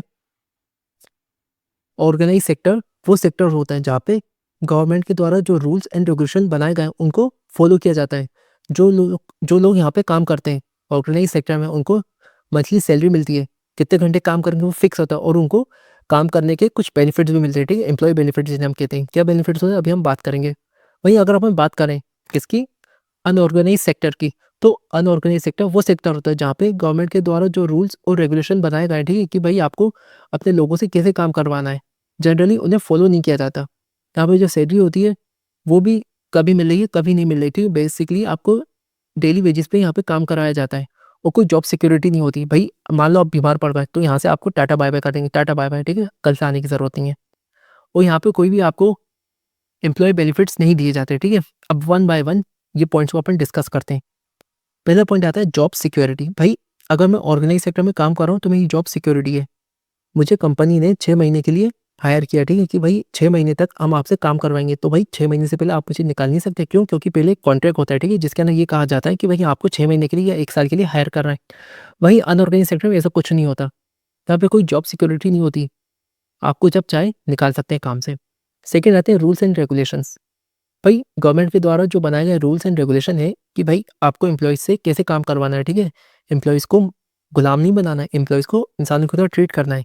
तो जो भी रूल्स एंड रेगुलेशन बनाए गए हैं सरकार के द्वारा कि भाई लोगों से अपने एम्प्लॉयज़ से, अपने वर्कर से कैसे काम करवाना है, वो यहाँ पे फॉलो किया जाता है। जितने भी वर्कर्स काम करते हैं, ठीक है, ऑर्गेनाइज सेक्टर में, उनका डाटा गवर्नमेंट के पास रहता है। गवर्नमेंट के पास हमें रजिस्टर करवाना पड़ता है कि भाई मेरी ये कंपनी है, इसके अंदर इतने लोग काम कर रहे हैं। वहीं अनऑर्गेनाइज सेक्टर में कोई भी गवर्नमेंट के द्वारा जो रूल्स एंड रेगुलेशन बनाए गए हैं उन्हें फॉलो नहीं किया जाता। और साथ ही साथ जो वर्कर काम करने वाले होते हैं अनऑर्गेनाइज सेक्टर में, उन्हें भी गवर्नमेंट के पास रजिस्टर नहीं किया जाता। अब आप ही बताओ भाई, जो दिहाड़ी पे मैं किसी मजदूर को लाऊँ काम करवाने के लिए, मैं उसको क्या रजिस्टर करवाऊँगा सरकार के पास, है ना? थर्ड आते हैं वेजेस, सैलरी। यहाँ पे आपको मंथली सैलरी मिलती है, ठीक है? बेसिकली आपको डेली बेसिस पे मान लेता हूँ ₹500 रोज़ के हिसाब से आपको रखा है, तो 1 महीने के अंदर आपको ₹15,000 मिलेंगे। तो यहाँ पे जो सैलरी होती है वो मंथली रहती है, ठीक है? फिक्स रहती है कि भाई इतनी सैलरी आपको मिलेगी। वहीं अनऑर्गेनाइज सेक्टर में जो वेजेस होते हैं, जो पैसे मिलते हैं आपको, वो रेगुलर बेसिस पे नहीं मिलते। आज पैसे मिले, कल नहीं मिले, ठीक है? तो यहाँ पे आपको कितने पैसे मिलेंगे इसका कोई हिसाब नहीं होता, ठीक है। आज मेरी कोई सी छोटी सी शॉप है, ओके, आज मेरी बिक्री ज़्यादा हुई तो मैंने 1000 रुपये कमा लिए। भाई फेस्टिवल का सीज़न है तो उस टाइम पे क्या होता है, जो अनऑर्गेनाइज सेक्टर के जो वर्कर्स हैं वो ज़्यादा पैसे कमा ले रहे हैं, ठीक है। बट जो जैसे मान लेता हूँ त्योहार नहीं है तो हो सकता है भाई मेरी कमाई नहीं हो, मेरी दुकान पे पैसे ही नहीं आए, ग्राहक ही नहीं आए, जिससे मेरी कोई बोनी ना हो, है ना, हो सकता है ऐसा। फोर्थ आते हैं कुछ बेनिफिट्स मिलते हैं यहाँ पर, जैसे ऑर्गेनाइज सेक्टर वालों को मेडिकल लीव दी जाती है, आपकी तबीयत खराब है आप छुट्टी ले सकते हो, ठीक है। प्रोविडेंट फंड होता है जो आपके रिटायरमेंट के बाद आपके काम आता है, ठीक है। बेसिकली आपकी सैलरी का कुछ पार्ट रख लेते हैं, जैसे 10,000 रुपये आप कमाते हो, ठीक है, तो 10,000 रुपये में से 1,000 रुपये कंपनी वाले आपके प्रोविडेंट फंड में डाल लेते हैं। आपके 1,000 रुपये डाले, उतना ही पैसा जितना आपका काटा है प्रोविडेंट फंड में डालने के लिए, उतना ही पैसा कंपनी वाले डालते हैं, ठीक है, जो आपके रिटायरमेंट के बाद आपके काम आते हैं। यहाँ पे पेड लीव्स दी जाती हैं, ठीक है। आपको छुट्टी लेनी है तो आप बता दो भाई मैं इस दिन नहीं आ सकता, ठीक है। महीने में कुछ उनका रहता है कि भाई आप इतनी छुट्टी ले सकते हो महीने के अंदर या फिर साल के अंदर। वहीं अनऑर्गेनाइज सेक्टर में इस तरह के कोई भी बेनिफिट नहीं दिए जाते, ठीक है, सैलरी के अलावा। कितने घंटे काम करा जाता है, भाई ऑर्गेनाइज सेक्टर में फिक्स है कि आपको इतने घंटे काम करना है। वहीं अनऑर्गेनाइज सेक्टर में कोई फिक्स नहीं है कि भाई आपको कितने घंटे काम करना है, ठीक है। 5 घंटे भी हो सकते हैं, 10 भी हो सकते हैं, या फिर पूरा दिन भी आपसे काम करवा सकते हैं, ठीक है, सोने का टाइम को हटा के। इसके एग्जाम्पल है जैसे बैंक, स्कूल, हॉस्पिटल्स की ऑर्गेनाइज सेक्टर के एग्जाम्पल है। क्यों? क्योंकि यहाँ पे जो गवर्नमेंट के द्वारा रूल्स एंड रेगुलेशन बनाए गए उन्हें फॉलो किया जाता है। वहीं अनऑर्गेनाइज सेक्टर के एग्जाम्पल है वर्कर्स, ओके, जो भी कंस्ट्रक्शन, इसको कंस्ट्रक्शन लिख लेना, ठीक है, यहाँ पे कंस्ट्रक्शन लिख लेना, ठीक है। कंस्ट्रक्शन कोई घर बनवा रहे हैं, ठीक है, वहाँ पे मजदूर लोगों के लिए काम करवाने के लिए कंस्ट्रक्शन वर्कर्स हो गए। वेंडर्स जो ठेले लगाते हैं अलग अलग चीज़ों का, ठीक है, फ्रूट्स का, सब्जियों का, चाहिए चाउमीन की रेडी कोई लगाता है। तो ये सब इसके कुछ एग्जाम्पल है, ठीक है। एग्जाम्पल के लिए आप यहाँ पे ये देख सकते हो, है ना, एग्जाम्पल यहाँ से देख लेना। तो ये तो होगा ऑर्गेनाइज सेक्टर और अनऑर्गेनाइज सेक्टर। एंड लास्ट आता है हमारा पब्लिक सेक्टर और प्राइवेट सेक्टर, ठीक है। पब्लिक सेक्टर सिंपल वर्ड्स में, भाई आप सरकारी जॉब कर रहे हो, ठीक है, गवर्नमेंट के पास आप जॉब कर रहे हो, आप हो पब्लिक सेक्टर में। वहीं अगर आप सरकारी नौकरी नहीं कर रहे, आप अपना खुद का कोई बिजनेस कर रहे हो, ठीक है, कि अपनी कोई सी प्राइवेट जॉब कर रहे हो, आप आ जाओगे प्राइवेट सेक्टर में। तो यहाँ पे आप देख सकते हो पब्लिक सेक्टर और प्राइवेट सेक्टर का मैंने कुछ लिखा है। सरकारी जॉब कर रहे हो, ठीक है, जो गवर्नमेंट जॉब कर रहे हो तो जाहिर सी बात है पब्लिक सेक्टर में आओगे आप। सरकारी हॉस्पिटल, सरकारी स्कूल, ओके, सरकारी बैंक, यहाँ पे क्या है, प्राइवेट सेक्टर में प्राइवेट कंपनी आपको नौकरी देती है। प्राइवेट हॉस्पिटल में आप काम कर रहे हो, प्राइवेट स्कूल में आप पढ़ा रहे हो, ठीक है, प्राइवेट बैंक में काम करते हो आप, ठीक है। अब यहाँ पे हम मीनिंग देख लेते हैं, ठीक है, पब्लिक सेक्टर और प्राइवेट सेक्टर का मीनिंग क्या होता है। तो पब्लिक सेक्टर वो सेक्टर होता है जहाँ पे गवर्नमेंट की ओनरशिप होती है, बेसिकली जहाँ पे आप काम कर रहे हो वहाँ पे गवर्नमेंट आपका मालिक है, ठीक है, सरकार आपकी मालिक है, ठीक है। सरकार ने आपको हायर करा तो गवर्नमेंट क्या होगी, आपकी ओनर होगी, ठीक है, सरकार ने आपको हायर करा है। और जो कंट्रोल होता है जॉब के ऊपर वो सरकार का रहता है। वहीं प्राइवेट सेक्टर में क्या होता है, भाई प्राइवेट सेक्टर वो सेक्टर होता है जहाँ पे प्राइवेट इंडिविजुअल्स होते हैं, ठीक है, आप जैसे जो सरकारी नौकरी नहीं कर रहे हैं, जो प्राइवेट इंडिविजुअल्स होते हैं या कंपनीज होती हैं, वो मालिक होते हैं, उनका कंट्रोल होता है आपकी जॉब के ऊपर, ठीक है। उन्होंने आपको हायर करा तो जाहिर सी बात है उनका कंट्रोल होगा आपके ऊपर, वो जब चाहे आपको निकाल सकते हैं। तो पब्लिक सेक्टर, अगर आप सरकारी नौकरी करो तो आप पब्लिक सेक्टर में, तो अगर आप सरकारी नौकरी नहीं कर रहे, कोई प्राइवेट बिजनेस करो या प्राइवेट जॉब करो तो आप आ जाओगे प्राइवेट सेक्टर के अंदर। आपको मेरी आवाज़ थोड़ी भारी लग रही होगी, वो इसलिए क्योंकि मेरा गला लग गया था, ठीक है, कोल्ड था, मैं इस वजह से वीडियोस नहीं ला पा रहा अपने चैनल के ऊपर। बट मैं कोशिश कर रहा हूँ कि जल्द से जल्द वीडियो लाऊँ। मेरी अभी भी हालत बहुत ख़राब है लेकिन फिर भी मैं आपके लिए वीडियो ला रहा हूँ, तो इसलिए मैं आपके लिए मेहनत कर रहा हूँ। आपको भी मेहनत करनी है। क्या मेहनत करनी है? मेरे लेक्चर को अपने दोस्तों के साथ शेयर करना है, चैनल को सब्सक्राइब करना है और सबको बताना है कि भाई बोर्ड एग्जाम कंपास के ऊपर लेक्चर सीरीज चलेगी सोशल साइंस सब्जेक्ट्स की। इस साल बेस्ट ऑफ 5 स्कीम जो होती है, 6 में से 5 सब्जेक्ट में आप पास हो गए, ठीक है। जो वो होता है 5 सब्जेक्ट से जो आपकी परसेंटेज बनाई जाती थी बेस्ट ऑफ 5 स्कीम के थ्रू, वो नहीं है, ठीक है। 2027 में जो आपका पेपर होगा उसमें बेस्ट ऑफ 5 स्कीम नहीं होगी, इसलिए सभी सब्जेक्ट्स के ऊपर अब आपको फोकस करना होगा, ओके। इसलिए सोशल साइंस की तैयारी आप मेरे ऊपर छोड़ दो। आपका जो काम है, जो बचे हुए 5 सब्जेक्ट है उनको तैयार करना। सोशल साइंस मैं आपको तैयार करवा दूंगा, पूरे लेक्चर्स की समरी बताऊंगा पहले, ठीक है, पूरे लेक्चर को आपको समझाऊंगा। उसके बाद जो इंपॉर्टेंट क्वेश्चन होते हैं और जो परीक्षा अध्ययन हो गई, लास्ट 5 ईयर्स के क्वेश्चन पेपर होकर जो पूछे जा चुके हैं, उन सबको भी मैं अपने चैनल पर कवर कर पाऊंगा, ठीक है। तो इसलिए टेंशन मत लेना, अक्टूबर तक आपका जो सिलेबस है वो मैं कंप्लीट करवा दूंगा, ठीक है। अब डिफरेंस देखते हैं भाई, प्राइवेट सेक्टर और पब्लिक सेक्टर में क्या डिफरेंस होता है। फिर आता है कंट्रोल मैनेजमेंट। जाहिर सी बात है भाई, सरकार यहाँ पे मालिक है तो सरकार का कंट्रोल होगा। और यहाँ पे क्या है, कोई भी इंडिविजुअल हो सकता है, ये प्राइवेट फर्म है, उसका यहाँ पे कंट्रोल होता है। मकसद क्या होता है, एम या ऑब्जेक्टिव का होता है मकसद, ठीक है। तो एम या ऑब्जेक्टिव क्या होता है, सबसे पहले तो वही सरकार का क्या मकसद होता है, public and social welfare, basically जनता का फायदा, ठीक है, समाज का कल्याण। वहीं जो प्राइवेट सेक्टर वाले होते हैं इनका क्या ऑब्जेक्टिव होता है, इनको समाज से जो सोशल बेनिफिट होता है, जो समाज का कल्याण होता है, उससे कोई मतलब नहीं है। इनका बस एक ही ऑब्जेक्टिव होता है, अपना जो प्रॉफिट होता है उसको मैक्सिमाइज करना, हमारा जो मुनाफा है उसको ज़्यादा से ज़्यादा बढ़ाना, ठीक है। प्राइवेट सेक्टर वालों का एक ही मकसद होता है, अपना मुनाफा बढ़ाना, और पब्लिक सेक्टर वालों को होता है जनता का कल्याण करना, ठीक है। यहाँ पे जो प्रॉफिट होता है मेन ऑब्जेक्टिव नहीं होता पब्लिक सेक्टर में। क्या फैसिलिटीज़ मिलती हैं आपको पब्लिक सेक्टर में अगर आप काम कर रहा हो? यहाँ बहुत सारी फैसिलिटीज़ मिलती हैं, जैसे एजुकेशन मिलती है, ठीक है। यहाँ पे हेल्थ कर लेना, इसको वेल्थ लिख दिया था मैंने, हेल्थ, हालाँकि वेल्थ तो आ जाती है अगर आप सरकारी दामाद हो तो। हेल्थ केयर की फैसिलिटीज़ मिलती है, फूड सिक्योरिटी आपको मिलती है यहाँ पे, है ना? पब्लिक सेक्टर में अगर आप काम कर रहे हो। वहीं जो प्राइवेट सेक्टर होते हैं, यहाँ पे प्राइवेट सेक्टर में क्या फैसिलिटीज़ देते हैं, ये कंज्यूमर गुड्स देते हैं, ठीक है? ये सामान बना के बेचते हैं, ये सामान बनाकर बेचते हैं पब्लिक को, ठीक है? एग्ज़ाम्पल अगर अपन देखें, इंडियन रेलवेज़, ठीक है? वो आ जाता है पब्लिक सेक्टर में। जो इंडियन रेलवेज़ से वो किसके अंडर में? वो सरकार के अंडर में। सरकारी संस्थाएँ जो जैसे गवर्नमेंट स्कूल हो गए, कॉलेजेस हो गए, ठीक है? गवर्नमेंट बैंक्स हो गए, ये सब गवर्नमेंट इंस्टीट्यूशंस में आ जाते हैं, ठीक है? ये कुछ इसके एग्ज़ाम्पल है। प्राइवेट सेक्टर के एग्ज़ाम्पल है, जैसे प्राइवेट कंपनीज़ होती हैं, रिलायंस हो गई, टाटा हो गई, ठीक है? रिलायंस किसकी है? ये आप मुझे कमेंट में बताना। तो ये था पब्लिक और प्राइवेट सेक्टर। अब रिविज़न देख लेते हैं अपन, ठीक है? अपन ने अभी तक क्या पढ़ा है, ठीक है? वन बाय वन देखते हैं पूरा। सबसे पहले अपन ने देखी थी इकोनॉमिक एक्टिविटीज़ क्या होती हैं भाई? वो सारे काम जो आप करते हो पैसे कमाने के लिए, जिसकी वजह से गुड्स और सर्विस क्रिएट होती हैं, वही कहलाती हैं इकोनॉमिक एक्टिविटीज़। हमने इसके एग्जांपल देखे, जैसे फार्मिंग होती है, फिशिंग होती है, ठीक है? कोई प्रोडक्ट आप सेल कर रहे हो। फिर इकोनॉमिक एक्टिविटीज़ को 3 पार्ट्स में डिवाइड किया जाता है, एक्टिविटीज़, एम्प्लॉयमेंट और ओनरशिप के बेसिस पे, ठीक है? फिर हमने इनको डिटेल में डिस्कस करा। हमने देखा प्राइमरी सेक्टर क्या होता है भाई? प्राइमरी सेक्टर एग्रीकल्चर से रिलेटेड सेक्टर होता है, ठीक है? जहाँ पे नेचर रिसोर्सेज, जो नेचर रिसोर्सेज होते हैं उन्हें डायरेक्टली यूज़ किया जाता है। एग्रीकल्चर हो गई, dairy, fishing, forestry, animal husbandry, poultry, mining, ये सब इसके एग्जांपल होते हैं। फिर हमने देखा सेकेंडरी सेक्टर क्या होता है, जहाँ पे जो नेचुरल प्रोडक्ट्स होते हैं उनसे एक प्रोडक्ट ओके बनाया जाता है प्रोसेसिंग के थ्रू या मैन्युफैक्चरिंग के थ्रू, ठीक है? तो यहाँ पे इंडस्ट्रीज़ का और मैन्युफैक्चरिंग का बहुत इंपॉर्टेंट रोल होता है, इसलिए सेकेंडरी सेक्टर को इंडस्ट्रियल सेक्टर भी कहा जाता है। इसके एग्जांपल हम देखें, इंडस्ट्री, मैन्युफैक्चरिंग, कंस्ट्रक्शन, ये सब इसमें आ जाते हैं। फिर हमने देखा टर्टियरी सेक्टर क्या होता है। टर्टियरी सेक्टर को सर्विस सेक्टर भी कहा जाता है। टर्टियरी सेक्टर क्या करता है कि प्राइमरी और सेकेंडरी सेक्टर को सपोर्ट प्रोवाइड करता है। Communication, transport, storage facility, banking, trade, modern service, जैसे इंटरनेट होगा, कॉल सेंटर होगा, एटीएम होगा, सॉफ्टवेयर सर्विसेज होगा, हेल्थ केयर होगा, एजुकेशन होगा, ये सब इसमें आ जाते हैं। हमने देखा भाई तीनों जो एक्टिविटीज़ होती हैं भाई, प्राइमरी सेक्टर टर्टियरी सेक्टर्स होता है, वो तीनों एक दूसरे पे डिपेंड होता है, ठीक है? एक दूसरे के बगैर काम नहीं कर सकता। कंपैरिजन कैसे करते हैं भाई? जो भी फाइनल गुड और सर्विस बनाए हर सेक्टर ने, उसकी वैल्यू निकालो, तीनों को हम कंपेयर कर सकते हैं कि किसने कितना योगदान दिया है, ठीक है, इकोनॉमी के अंदर। देन हमने देखा जीडीपी क्या होती है, ग्रॉस डोमेस्टिक प्रोडक्ट। भाई एक कंट्री के अंदर एक साल के अंदर जितने भी फाइनल गुड्स और सर्विसेज प्रोड्यूस हुए हैं, उनकी वैल्यू को जब अपन एड ऑन कर देंगे, जब जोड़ देंगे, तो हमें मिल जाता है जीडीपी, ठीक है? और जीडीपी के अंदर खाली जो इंटरमीडिएट गुड्स और रॉ मटेरियल्स होते हैं उनकी वैल्यू को ऐड नहीं किया जाता, खाली फाइनल प्रोडक्ट और सर्विसेज जो बने उनकी वैल्यू को ऐड किया जाता है। फिर हमने देखा भाई हिस्टोरिकल चेंजेस क्या होते हैं सेक्टर में, मतलब शुरुआत में क्या कौन से सेक्टर का बोलबाला होता है, फिर सेकेंडरी सेक्टर का कब बोलबाला होता है, फाइनली टर्टियरी सेक्टर का बोलबाला होता है, ठीक है? शुरुआती स्टेज में जब कंट्री अंडर डेवलप होती है, ठीक है, इतनी डेवलप नहीं होती, तो वहाँ पे एग्रीकल्चर में काम करते हैं लोग। फिर जब थोड़ा एग्रीकल्चर सेटल हो जाता है, फिर हम इंडस्ट्रीज पे फोकस करते हैं, और फाइनली जब पैसा आने लगता है हम टर्टियरी सेक्टर पे फोकस करना स्टार्ट कर देते हैं। फिर हम देखा जीवीए क्या होता है भाई? जीवीए क्या होता है? किस सेक्टर ने रॉ मटेरियल्स का यूज़ करके कितनी वैल्यू ऐड करी थी अपना फाइनल प्रोडक्ट बनाने के लिए, है ना? वो होता है जीवीए।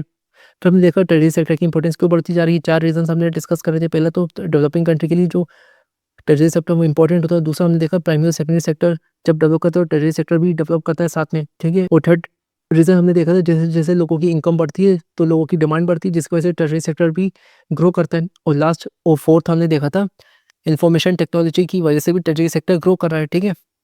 फिर हमने एक टर्म देखा था डिसगाइज अनएम्प्लॉयमेंट क्या होता है? डिसगाइज अनएम्प्लॉयमेंट क्या होता है? किसी जगह पे जितने लोगों की ज़रूरत है उससे ज़्यादा लोग काम कर रहे हैं, वही कहलाता है डिसगाइज अनएम्प्लॉयमेंट। तो हमने देखा ज़्यादातर लोग किस सेक्टर में ज़्यादा काम करते हैं, ठीक है? पहले एग्रीकल्चर में रहता है, फिर टाइम के साथ एग्रीकल्चर में जो लोगों का परसेंटेज होता है एम्प्लॉयमेंट का, रोज़गार का, वो कम होता जाता है, और इंडस्ट्रियल सेक्टर और सर्विस सेक्टर में वही सेकेंडरी और टर्टियरी सेक्टर जो होता है वहाँ पे बढ़ता जाता है ना? फिर हमने देखा रोज़गार बढ़ाने के क्या तरीके होते हैं, आप एम्प्लॉयमेंट कैसे क्रिएट कर सकते हो। पहले आप इसमें हमने देखा भाई एग्रीकल्चर में जॉब्स को क्रिएट कर सकते हैं, ठीक है? ट्रांसपोर्ट स्टोरेज फैसिलिटीज़ लगा सकते हैं। जो रूरल इंडस्ट्रीज़ होती हैं, जो गाँव के अंदर इंडस्ट्रीज़ होती हैं, उन्हें हम प्रमोट कर सकते हैं। एजुकेशन, हेल्थ केयर वगैरह जब हम एक्सपेंड करते हैं, जब हम ज़्यादा स्कूल और हॉस्पिटल बनाए तब भी जॉब बढ़ती हैं, ठीक है। टूरिज्म को डेवलप करें तब भी जॉब्स बढ़ती हैं, और मनरेगा स्कीम से भी हम जॉब्स को क्रिएट करते हैं, ठीक है। मनरेगा स्कीम क्या होती है भाई? Mahatma Gandhi national rural employment guarantee act, जो कि 2005 में आया था। इंडिया के 625 डिस्ट्रिक्ट में इसको लागू किया गया था। यहाँ पे 100 दिन का गारंटी वर्क, ठीक है। आपको 100 दिन का रोजगार दिया जाता है रूरल एरियाज में 1 साल के अंदर। अगर सरकार रोजगार नहीं दे पा रही है आपको, तो वहाँ पे क्या देगी? आपको अनएम्प्लॉयमेंट अलाउंस देगी। इसका ऑब्जेक्टिव क्या होता है? राइट टू वर्क मीन्स जो काम करने का अधिकार होता है उसको इम्प्लीमेंट करना, ठीक है। डेवलपमेंट करना रूरल एरियाज का, जो रूरल एरियाज होते हैं वहाँ पे जॉब्स को क्रिएट करना, ठीक है। ये 3 ऑब्जेक्टिव होते हैं इसके। तो अभी देखो ऑर्गेनाइज सेक्टर और अनऑर्गेनाइज सेक्टर क्या होता है? ऑर्गेनाइज सेक्टर वो होते हैं जहाँ पे गवर्नमेंट के द्वारा जो रूल्स एंड रेगुलेशन बनाएगा उन्हें फॉलो किया जाता है, ठीक है। यहाँ पे आपको रेगुलर सैलरी दी जाती है, कुछ बेनिफिट दिए जाते हैं, फिक्स वर्किंग आवर्स होते हैं, ओके। इसके एग्जांपल देखे हमने, बैंक होगा, स्कूल होगा, हॉस्पिटल होगा। फिर हमने देखा अनऑर्गेनाइज सेक्टर क्या होता है? जहाँ पे गवर्नमेंट के द्वारा बनाए गए जो रूल्स एंड रेगुलेशन उन्हें फॉलो नहीं किया जाता है, ठीक है। यहाँ पे कोई भी आपको एम्प्लॉय बेनिफिट वगैरह नहीं दिए जाते। वो काम करने के जो घंटे होते हैं, जो काम करने के आवर्स होते हैं, वो भी फिक्स नहीं होते। एंड लास्ट हमें डिस्कस करता है पब्लिक सेक्टर, प्राइवेट सेक्टर क्या होता है? पब्लिक सेक्टर भाई, अगर आप गवर्नमेंट जॉब कर रहे हो तो पब्लिक सेक्टर में, तो प्राइवेट सेक्टर अगर आप गवर्नमेंट जॉब नहीं कर रहे हैं, अपना खुद का कोई बिजनेस करो या कोई प्राइवेट जॉब करो, तो आप प्राइवेट सेक्टर में आते हो, ठीक है। यहाँ पे हमने देखा था प्राइवेट सेक्टर वालों को क्या मकसद और ऑब्जेक्टिव क्या होता है भाई? समाज का कल्याण। वहीं प्राइवेट सेक्टर वालों का एक ही ऑब्जेक्टिव होता है, ज़्यादा से ज़्यादा प्रॉफिट, ज़्यादा से ज़्यादा मुनाफा कमाना, ठीक है। तो ये सब हमने देखा था, ठीक है, रिविजन में। और ये रहे पीवाईक्यू जो आप अपनी स्क्रीन पे देख सकते हो 2026 में कौन से आए थे। ओके, मैंने यहाँ पे रोक दिया, आप स्क्रीनशॉट ले लेना। 2026 में कौन से आए, 2025 में कौन से आए थे, ठीक है, 2024 में, 2023 में। मैंने लास्ट 4 ईयर्स के पीवाईक्यूज यहाँ पे लगा दिए हैं। अगर आपको लास्ट ईयर के पेपर चाहिए, सोशल साइंस और दूसरे सब्जेक्ट्स की क्लास 10 और क्लास 12 के, तो आप नीचे टेलीग्राम का लिंक मैंने दिया हुआ है, आप टेलीग्राम पे जाके देख सकते हो, वहाँ पे मैंने अपलोड कर दिया है, ठीक है, आपको मिल जाएगा। और जैसे ही मेरे चैनल के ऊपर 1000 सब्सक्राइबर कंप्लीट हो जाएंगे, मैं यहाँ पे जो लेक्चर्स, जो भी चैप्टर मैं कंप्लीट करवा चुका हूँ, उन सब के नोट्स मैं आपको दे दूंगा फ्री ऑफ कॉस्ट, ओके। बशर्ते ये 1000 सब्सक्राइबर जब कंप्लीट होंगे। अब ये आपके ऊपर है, आप कब करवा देते हो, ठीक है। अपने दोस्तों के साथ अगर शेयर कर रहा हो या नहीं कर रहे, तो ये आपके ऊपर है, कब आप मेरे 1000 सब्सक्राइबर कंप्लीट करवा देते हो। तो यही था इस चैप्टर में। उम्मीद है आपको वीडियो पसंद आई होगी। वीडियो पसंद आए तो लाइक करिएगा, नहीं तो डिसलाइक करिएगा। कोई क्वेश्चन तो कमेंट में पूछिएगा। अगर आप मुझसे बात करना चाहते हैं या मुझसे कोई क्वेश्चन पूछना चाहते हैं, तो इंस्टाग्राम पे जाके आप मुझे डीएम कर सकते हो। सारे सोशल मीडिया का लिंक्स आपको डिस्क्रिप्शन में मिल जाएगा। नेक्स्ट वीडियो में बात करेंगे सिविक्स के चैप्टर नंबर 2 के बारे में, ठीक है। तो मिलते हैं आपसे नेक्स्ट वीडियो में। Thanks for watching.